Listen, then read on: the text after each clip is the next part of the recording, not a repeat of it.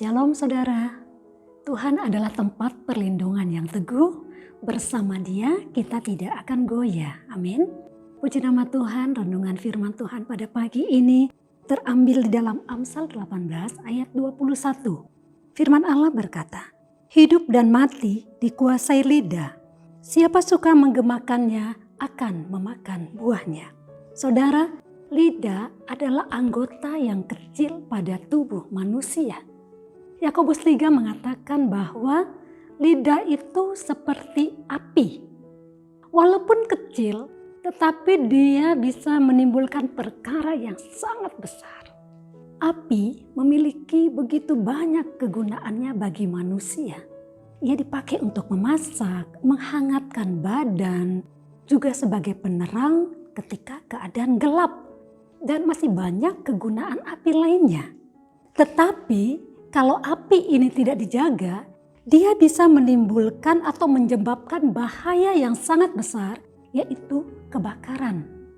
Apakah itu rumah, pertokoan, perkantoran, pasar, bahkan hutan yang besar sekalipun, semua tidak ada yang tersisa. Demikian halnya dengan lidah manusia. Selain ia berfungsi sebagai alat untuk pengecap makanan atau minuman, lidah juga dipakai untuk berkata-kata. Melalui perkataan, orang dapat memberi kekuatan, memberi semangat, memberi penghiburan kepada sesamanya. Tetapi kalau perkataan itu tidak dijaga, perkataan juga dapat melemahkan dan melukai hati orang lain. Ayat tadi berkata bahwa hidup dan mati dikuasai lidah. Siapa suka menggemakannya akan memakan buahnya. Saudara, kita sering mendengar orang berkata, mulutmu adalah harimaumu. Benar ya saudara-saudara? Artinya apa? Setiap orang akan memakan buah dari perkataannya. Jika ingin menikmati hal yang baik, maka dalam hidup ini keluarkanlah perkataan yang baik. Puji nama Tuhan. Kalau kita membaca di dalam kitab Bilangan pasal yang ke-13, saat itu Tuhan menyuruh kepada Musa untuk mengutus 12 orang pengintai, mengintai tanah Kanaan, tanah yang dijanjikan oleh Tuhan kepada bangsa ini. Ketika 12 orang pengintai itu mereka pulang dari pengintaian, yang 10 orang berkata bahwa tanah itu luar biasa diberkati. Tanah itu melimpah dengan susu dan madunya. Mungkin orang Israel yang waktu itu mendengar, mereka berkata, puji Tuhan, kita akan masuk di tanah perjanjian yang Tuhan sudah janjikan, tanah yang subur dan diberkati.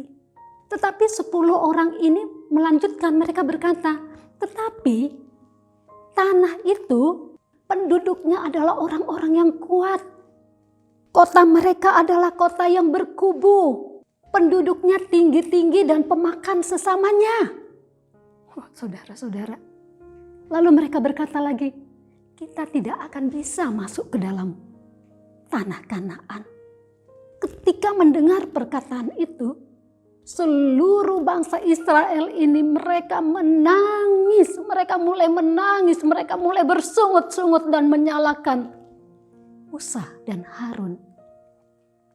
Tetapi di situ Yosua dan Kaleb, mereka juga adalah 2 orang yang ikut ke tempat pengintaian itu. Mereka berusaha untuk menenangkan hati bangsa itu. Mereka berkata apa saudara-saudara? Negeri itu luar biasa baiknya. Jika Tuhan berjanji untuk memberikannya kepada kita, maka Ia akan membawa kita masuk ke negeri itu. Oh, luar biasa saudara-saudara. Dengan kata lain apa? Mereka mau memberitahukan bahwa sebesar apapun masalah yang ada di depan mereka, jangan takut, jangan menyerah. Bersama Tuhan mereka pasti dapat masuk dan tinggal di negeri yang Tuhan sudah janjikan itu. Haleluya. 12 pengintai ini melihat hal yang sama, tetapi mereka memiliki respon yang berbeda. Akhirnya saudara-saudara, dari sekian banyak orang yang keluar dari Mesir, mereka mati di padang gurun.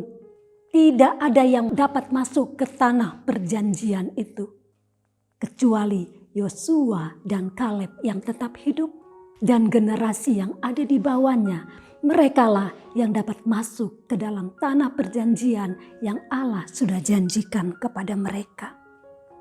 Haleluya. Mazmur pasal yang ke-34 ayat 13 dan 14 berkata, "Siapakah orang yang menyukai hidup, yang mengingini umur panjang untuk menikmati yang baik?" Saya percaya setiap kita pasti mengingininya. Amin. Nah, untuk dapat mengalami semua itu, ayat 14-nya berkata, "Jagalah lidahmu terhadap yang jahat dan bibirmu terhadap ucapan-ucapan menipu." Untuk dapat menikmati yang baik, firman Allah mengajarkan agar apa? Jaga perkataan dari segala yang jahat, dari segala yang menipu. Firman Allah berkata, biarlah perkataan Kristus itu diam di tengah-tengah kamu. Perkataan Kristus adalah perkataan yang membawa kehidupan. Amin. Saya teringat ketika saya dalam proses pengobatan, perawatan, saudara-saudara, ada seorang hamba Tuhan. Dia masih muda, ya, dia masih muda. Dia datang bersama rombongan untuk mendoakan saya. Di dalam doanya dia berkata seperti ini, "Tuhan, hamba tidak minta agar Engkau menyembuhkan Kak Esther. Hamba tidak minta agar Engkau memulihkan keadaannya."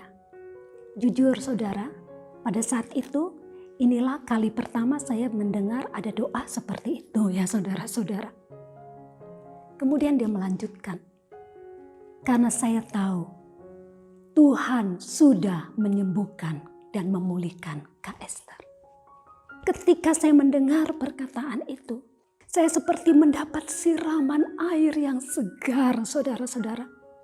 Dan saya merasakan mendapatkan kekuatan yang baru dari Tuhan. Haleluya.